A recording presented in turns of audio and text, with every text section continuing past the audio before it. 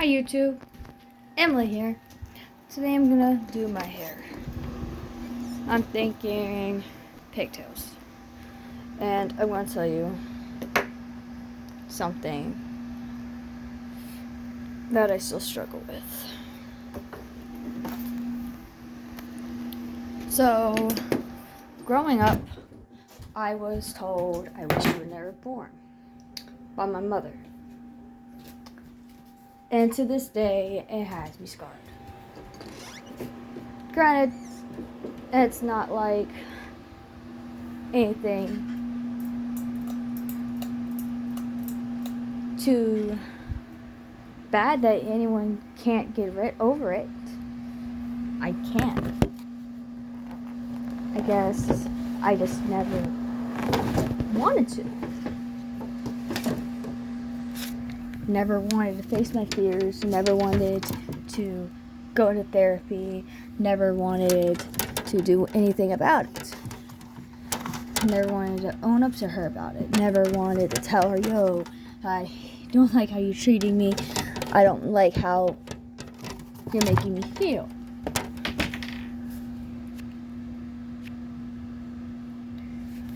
To this day, I'm still facing those demons about it. I'm still accepting the fact that I was her punching bag. Accepting the fact that she never really loved me. You know? And it's hard. It's hard knowing that she just looked at me like, oh, there's Emily, let's beat her. Oh, there's Emily, let's choke her. Oh, there's Emily, let's make her feel like she's never going to accomplish anything in life. That's how I truly felt as a kid. And I don't want my own kids feeling that way. I don't want my own kids looking at it like,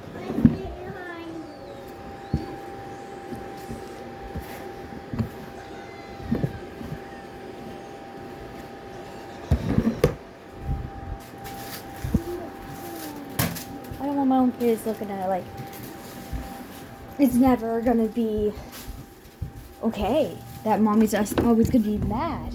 That mommy's always gonna be angry.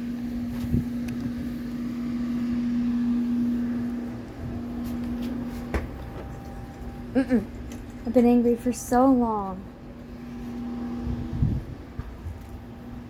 that I decided to take a stand and go back into therapy and face those fears.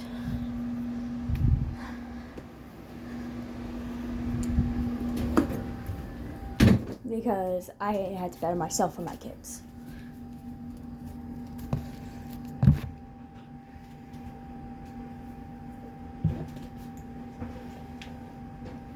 I have to be able to go and look at it like in a positive way. Because if I wasn't one of those kids that was getting abused by their mom, I would never be who I am today.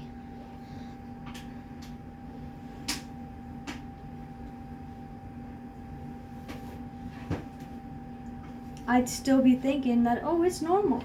All moms do that. All moms beat their kids. All moms tell their kids that they wish they're never born. No. That's not a loving parent. That's not a parent willing to do anything for their kids. Only positive thing my mom did for me was keep me away from my birth dad. Which, Michael, if you're watching this, I hope you prepare for what I'm about to say about you. So, when I was 18, my birth dad got to hold of me. He looked at me up on Facebook, and he found me. He was like, "Hi, Emily. It's Michael." I'm like, "Who?" And then I asked my mom about it. She's like, Yeah, that's your birth dad. Because I knew I was adopted ever since I was like 11 years old. I was like, adopted? What do you mean I was adopted? She's like, Chris is not your biological dad. I was like, what? So then and she told me what he did. He looked things up on the internet. Things about kids. And these things are not good to happen to kids. And Michael basically looked up child pornography. They found it on my mom's friend's computer. Luckily, they took the computer away. And she told me more things about Michael. Things that you'd never expect. He didn't want anything to do with me. He wanted to give me to one of his family members, one of his cousins, I believe it was. I confronted him about it when I found out. He was like, yes, I did, but I'd still visit you, and I would still be in your life. Your mom, we were so close by that your mom didn't even want to let us meet you or anything. I was like, okay, but if you knew I was close by, why didn't y'all just come and visit me anyways? He's like, we didn't know where you were. He was like, your mom said that she didn't know who the father was, that she was seeing multiple guys. I was like, okay, you could have gotten a DNA test or whatever. My original birth certificate said father was unknown.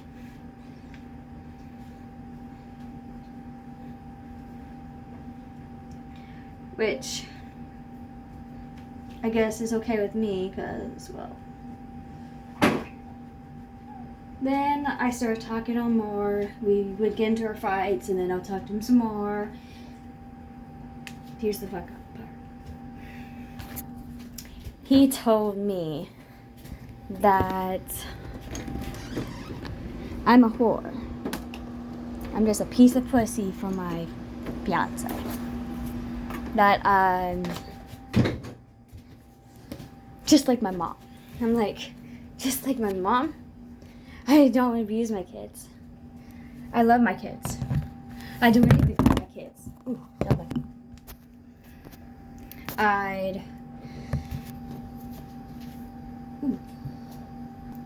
go to the edge of the earth for my kids. I'd go to jail for my kids. Honey, I would even kill for my kids. If someone was going to hurt them, I'd beat some ass. And I'll go to jail and my mugshot will be of me smiling.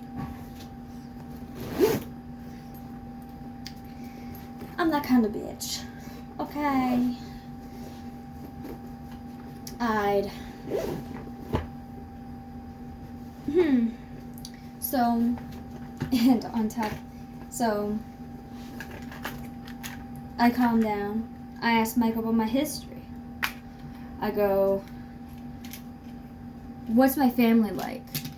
Who's my family? He goes, you just talking to me just to get something out of me, like diapers or whatever for your kids. I'm like, bro, I'm not asking for any of that. I'm asking my history. I want to know who I am. I still want to know who I am. I want to know what my disability is. I want to know if I'm dyslexic. I want to know if I have ADHD. I want to know if I'm Dutch. I want to know if I'm French. I want to know it all. All I know is that my grandparents on my mom's side had a good wedding, had a good marriage, had a good everything. That part of my grandfather's side, he owned some slaves. That's all I know. That's all I know. And all I know from Michael's side is that I'm part Dutch. And on my mom's side, I'm part German. That's all I know.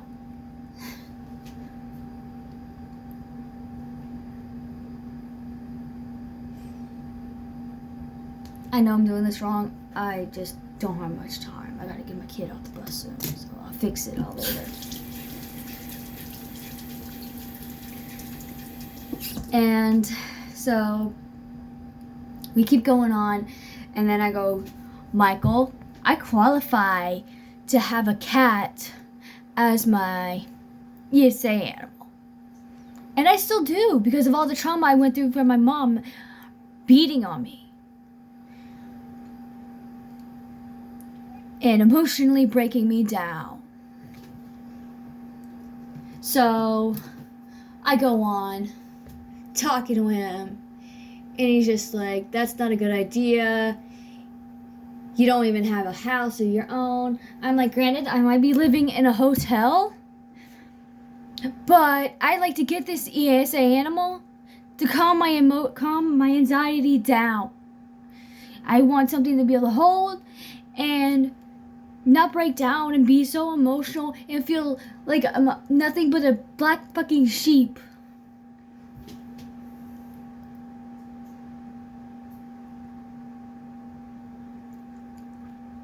And then he goes on. He keeps fighting. I tell him I got my own place, and he's like, cool, good for you. I'm just like, yeah, whatever. I guess that's the good thing I'm gonna get. That's the only good thing I'm gonna get. And then we get into another fight because I'm like, yo, I got my own place. I'm not allowed to have animals, but it is what it is. And then I go on. We get into it again. He calls me a whore again. He calls me all these names again. I'm just like, I'm your daughter and you're degrading me and you're making it seem like I'm the problem. This is how I found out he's narcissistic. Everything has to be about him. Everything has to be him doing it, being who he is, narcissistic. He has to be right, I had to be wrong. I'm like, no wonder why Mom kept me away from you. No wonder why Mom kept me away from you, my grandma, my grandfather, my brother. And here's the part about Larry. That just sucks the worst. I try to get a hold of Larry, tell him, yo, I'm sorry that if me and Michael's fighting is keeping us apart. I found out I was blocked by the motherfucker. Can't communicate with him at all. Can't do anything. Can't message him at all. Nothing.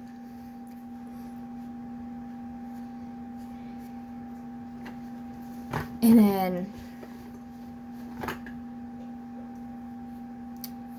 Michael blocks me and tells me that he wants nothing to do with me, that he doesn't even want me to meet my stepmom. Which, Rebecca, if you're watching, I'm sorry, but all this did happen. So I wish you luck with that.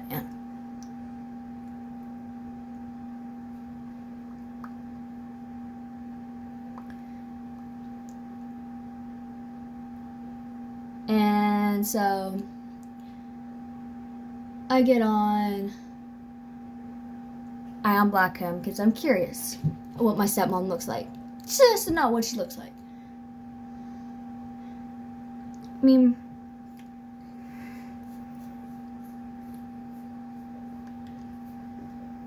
personally, I thought she was ugly, and that's mean of me to say, but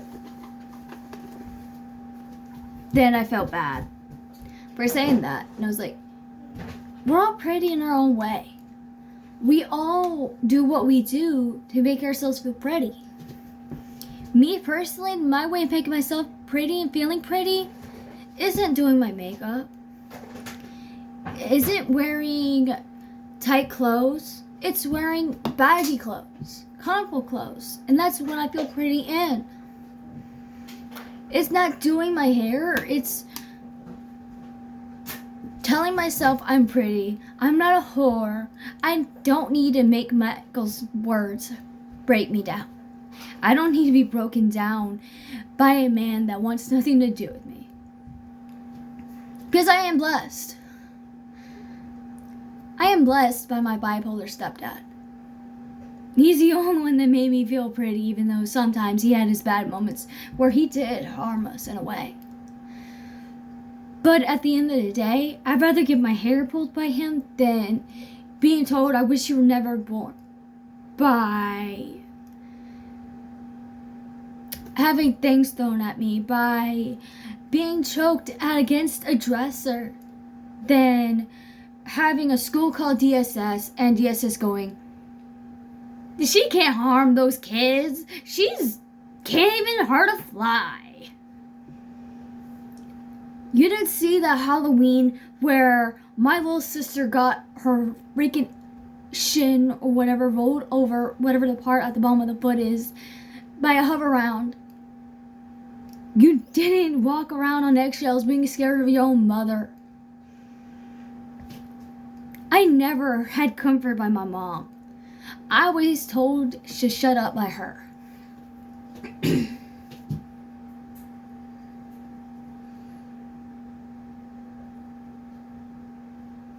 Granted, part of me feels like she never wanted to hurt me or my sisters, but part of me feels like she actually did mean it. But either way, I forgave her. Because I don't need to hold on to those feelings anymore. I have kids now. I can't hold on to those feelings. I can't go around feeling sorry for myself. I can't go around feeling like, oh, I'm just never gonna achieve to their goals. I'm just this scum in her eyes that she never wanted. I can't walk around feeling like that. Because at the end of the day, she would win. She'd won.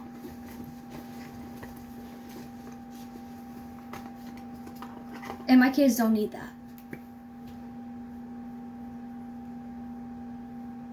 She was forgiven until she did this one horrible thing that you'd never expect a grandmother to do.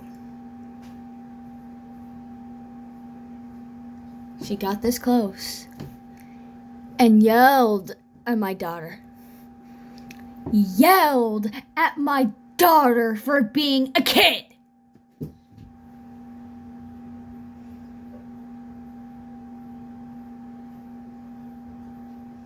And all she did was be a freaking little angel. She was just being a 3-year-old kid. 3-year-old. A 3-year-old.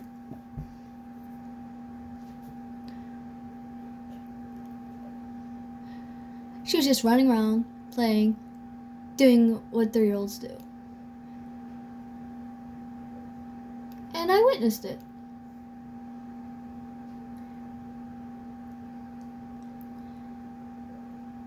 Granted, I don't care if she's in a wheelchair.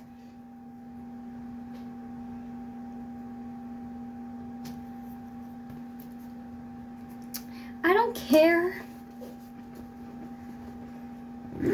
if she can barely walk. She lunged at my 3-year-old daughter. She lunged. Granted, now she's 5 and in school, but she lunged. And to this day, whenever we go to Mom's house,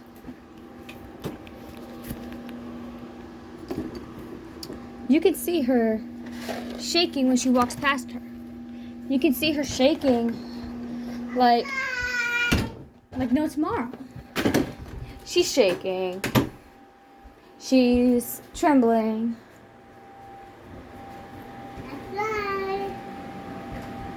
You're done with the Oreos? You just wanted the Oreos in the cup?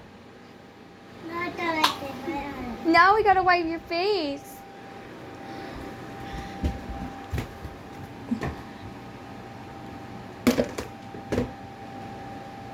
Oh, gross. Sorry. My daughter didn't deserve that. And now, when I walk past her, I have chills going up my back. I have nightmares when I go to that house still. But am I going to take the medicine? Am I going to take medicine? Am I going to take myself off? No. Doctors, I know y'all mean well and I know you want me to. But I'm not going to take pills just to break the feeling. Just to slow the feeling down a little bit.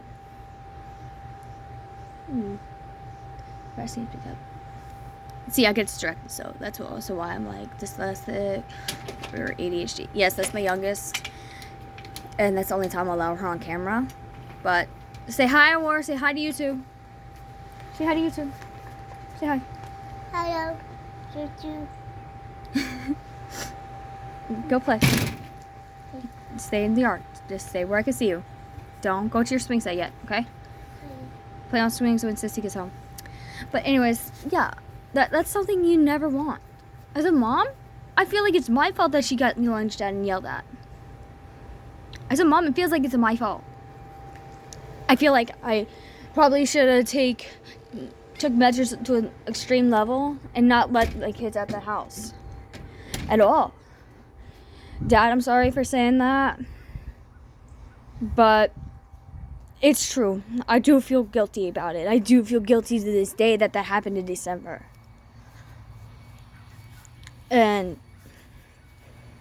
But I'm not. I can't do that to him.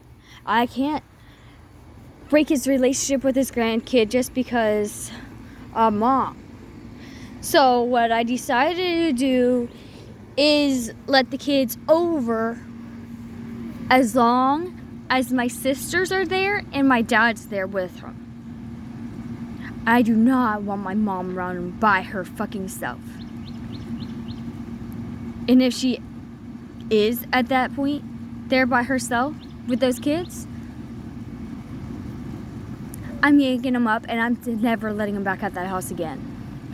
Only for holidays. And why only holidays? Because I'm not gonna stop letting them see their grandfather. Granted, I can always have him come to my house and we just have holidays here, but at the end of the day, my mom does need help. She is under 24/7 care. My dad has to be there to help her bathe. My dad has to be there to make sure she eats, because at this point, she's at the point where she don't eat. She refuses to eat. She is in a bad way, honestly. Yeah, Mommy. That's my way. I'm taping a video, honey. Yeah. Yeah, I'm taping a video. Careful. Yeah, Mommy's doing a video diary. Can you say video diary? Careful. She is so cute. Not gonna lie, I have been feeling pressured to get a job and get my license, but right now I want to take care of my vision. Things seem blurry in a way. Like, if you put a piece of paper in my face, it doesn't matter how big the print is, it starts getting blurry after a minute, and I can't read it.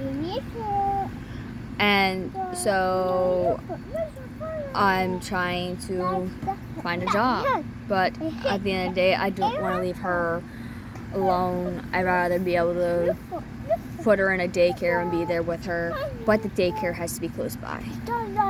And the daycare I applied to wants me to work 9 to 1. I can't do 9 to 1. I have to be able to get my daughter off the bus, and I had to be able to be prepared to head to the bus stop right away. And I have to be able to make sure my fiance gets to work on time. 9 to 1 is not a good schedule for me. So only schedule I can do is like 8:30 to 12:30, and then be off work, head home, shower, get my daughter off the bus, feed the kids dinner, and get my daughter ready for bed by 8 o'clock and be up by 6:15 in the morning. Hi. I do my own daycare, but I haven't experienced babysitting. Even then, the most kids I babysat is 2 little girls along with my 2. So I was watching 4 kids at one time in one sitting. And then I had complications with the mother. And then I babysat a little autistic boy. Bless my heart, he was a sweetheart. Granted, only issue I had with him was him messing with my microwave, and his mom refused to pick him up. And I was like, yo, you only paid me to babysit him from like 8:30 to like 10 o'clock, and you told me you would be back by then. Instead, you just left your kid with me overnight. So I had to call the cops.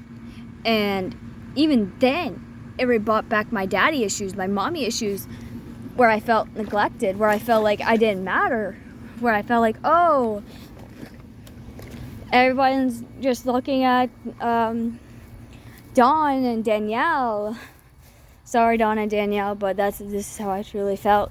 Everyone only cared about you guys and my sisters, and now I was just left out.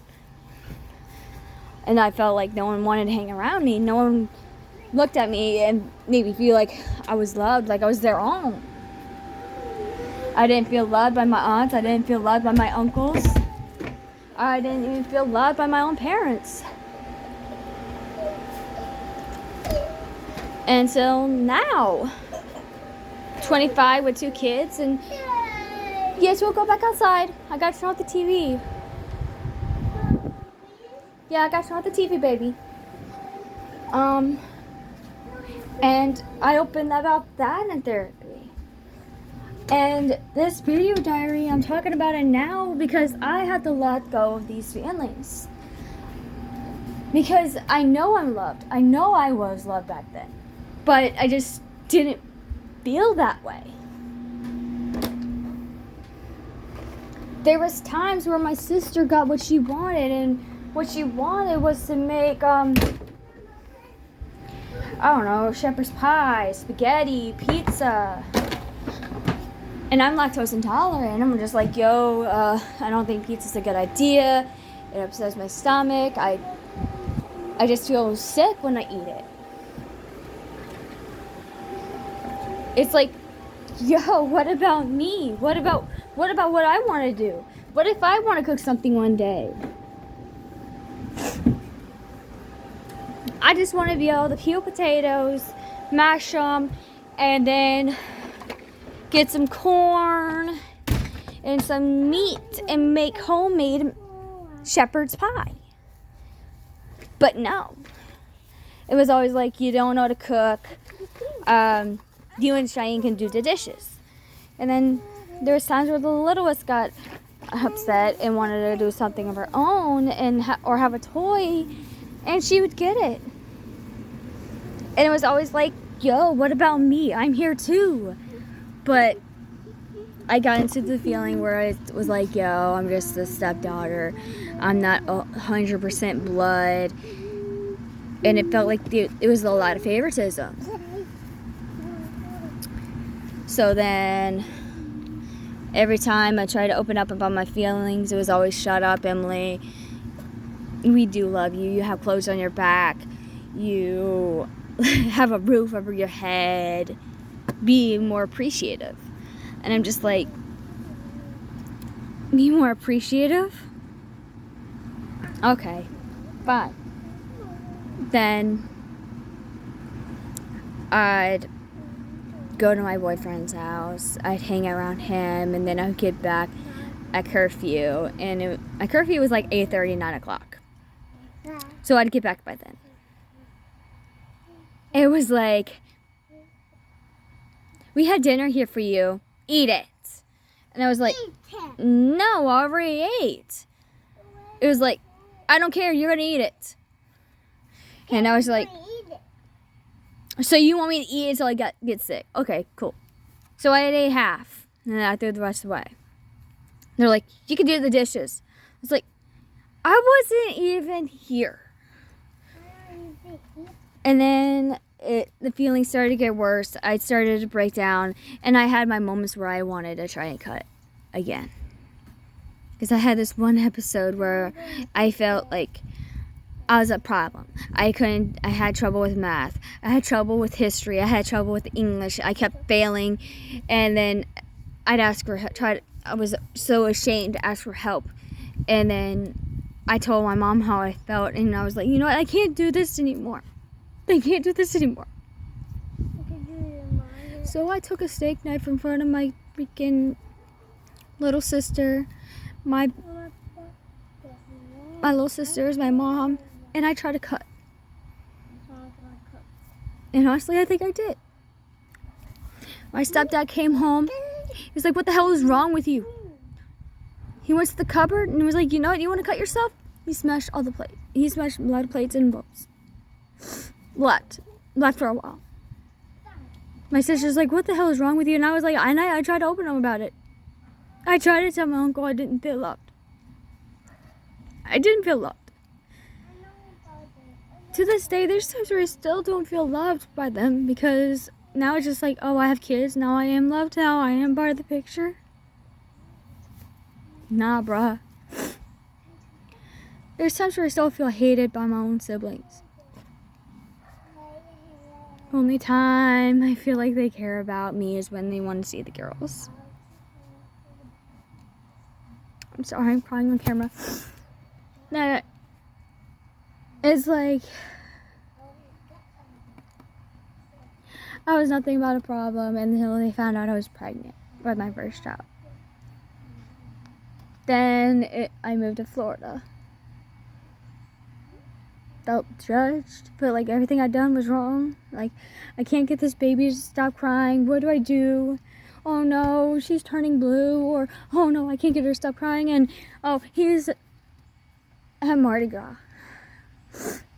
I was like, yo, I need to go home. I need help. I can't get her to stop crying. I can't get her to eat. I don't know what I'm doing wrong. I was dealing with really bad postpartum. Got kicked out, had to take a train back to Florida, back to South Carolina.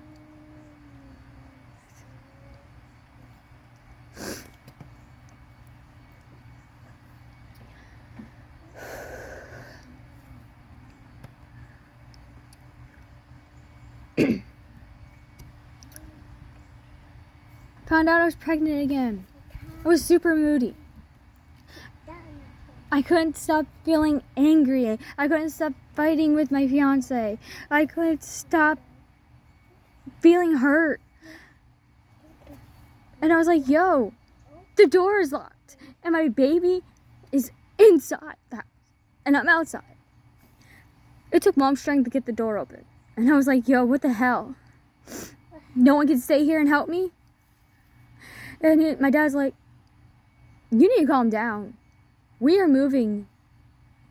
We're sorry that you're here with December by yourself. I was like, no, you're not. No, you're not.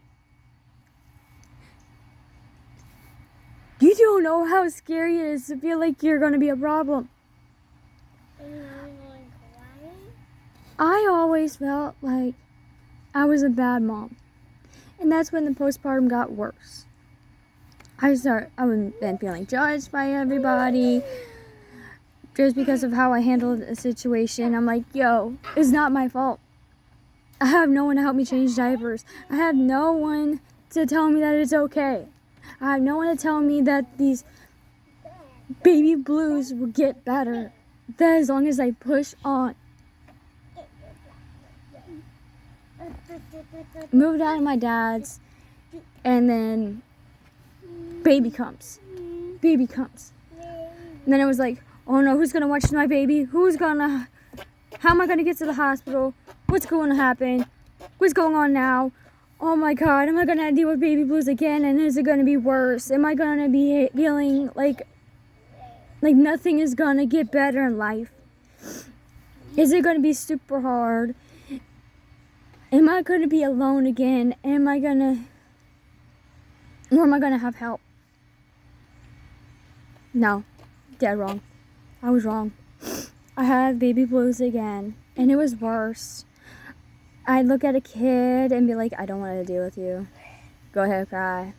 I'm going to be an open book. This is a video vlog. This is how bad my mental state was.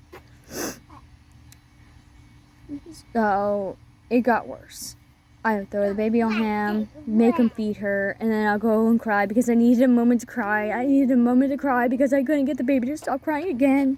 And I started feeling like it was breaking me down, and I felt like I was nothing but a problem. I felt like I was a bad mom because I couldn't get my baby to stop crying. I couldn't figure out why she wouldn't latch onto her bottle. There was a time I tried to breastfeed, and I felt like that was my fault. Like I was a bad mom. Why wouldn't she latch? Because there was a moment where I ran out of formula and I wanted to get December to latch. I wanted to breastfeed. No, she wouldn't latch.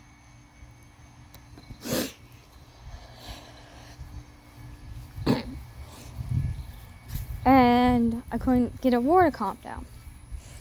Because Aurora's new baby, December was 2. It was Gucci. I broke December from the binky. And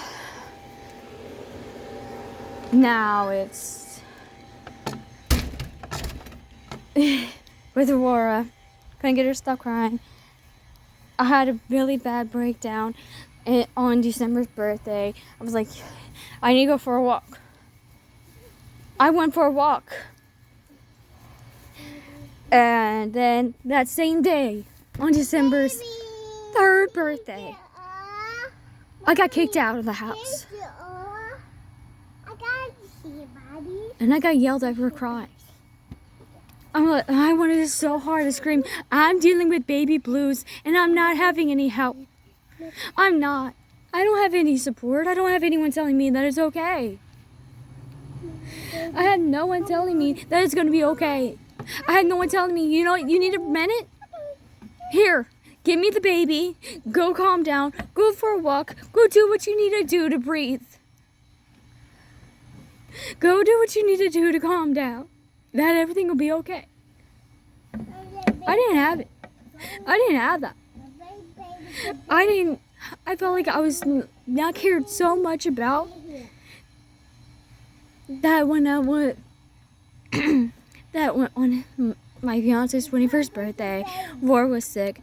Dee Dee wanted her no daddy. Dee Dee wanted attention from her dad. And Aurora's sick, and I'm like, what do I do? This baby is sick. This baby feels warm. She won't stop crying. What do I do? I started venting my sisters, and I knew it would be a big problem because I felt like I already knew that no one would give a shit. I messaged him, I was like, yo, you're gonna drink and your baby is sick and I really need you right now. Didn't answer the message. Turned off his phone.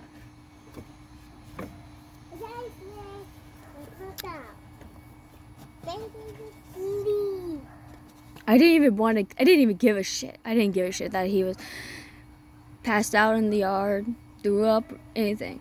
And that's sucky to say. Baby blues had me mentally fucked up. And I felt like I didn't matter. I felt like my mental health didn't matter. So when we split, when I got kicked out of that house, even though I was alone dealing with the babies,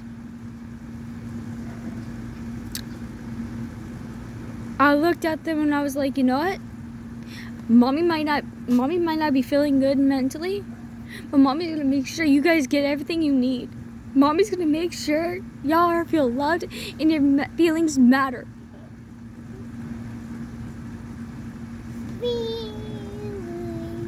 I started applying to jobs. First job I took it. I got the job at Wendy's. I started feeling good about myself. I started feeling like I'm on the track to make sure my kids get what they need. every penny, dime, nickel, whatever I found, I put in a formula jar and saved as much money as I could. I was gonna put all that I had in my bank account. I didn't care how I was gonna do it, I was gonna do it.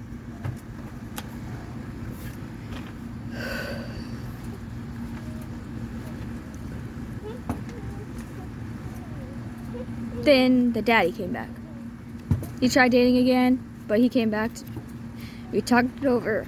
He was like, you know what? We're gonna try this again. You're gonna get help. You're gonna get a job. I was like, I got a job. He was like, all right, cool. Started taking me to work. He would watch the kids.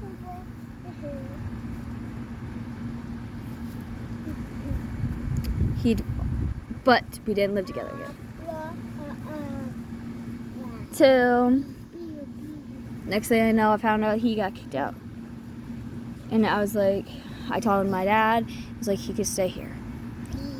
Don't like it, but he could stay here. I was like, he's the dad of the kids, and I need help. He needs to be here. He needs to be here. He needs to be somewhere. I just need him to watch the kids. Things went downhill again. I wanted to go to counseling with us both. I had a point where I wanted to jump off a bridge. Because I didn't feel like cared about it. I didn't feel like my feelings mattered. People were talking about being behind my back. People were being judgy. People didn't want to understand what was going on with me.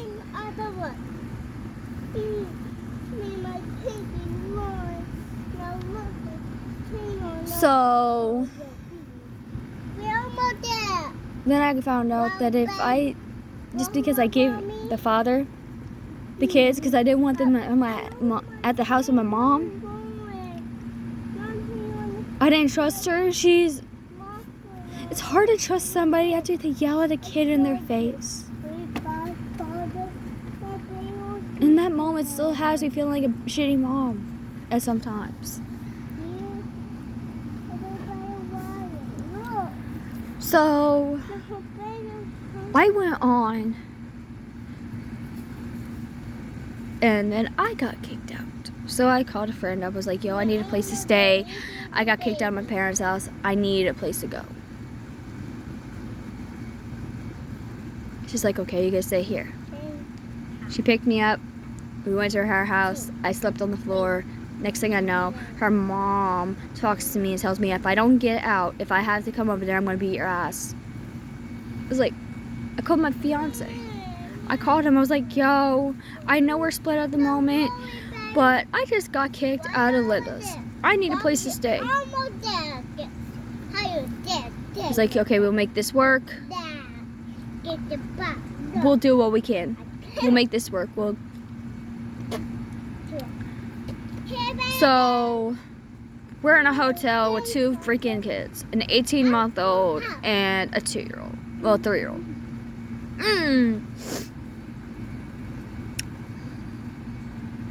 No, 2-year-old. I bet. I'm getting my ages mixed up. We're there for a while. Come March, I finally got my inheritance. We bought our trailer.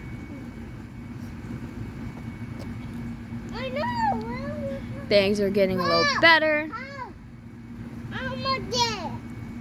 I'm finally feeling like I matter in life. I'm finally feeling like, you know what? I have control. I have power.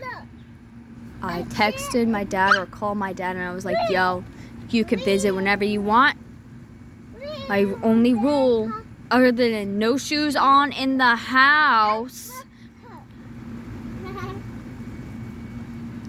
and Mom is not allowed to step foot in my motherfucking house at all. If she puts a hole in my wall, we're gonna have issues. Because she don't want to walk. She doesn't want to take care of herself. So I'm like, yo, I can't have a hole in my wall. I need to be able to have my lease back. to get my own place. Yeah, no. To this day, follow that rule. Only time I see my mom is on Christmas or Thanksgiving. But this year, I think I'm going to be spending Thanksgiving home because something I rather like to talk about happened. So yeah, YouTube. That's my mental health story. And I'm still struggling with it. The baby blues, sometimes. I don't think those ever go away. Because us moms do have it difficult. We do. We do have it difficult.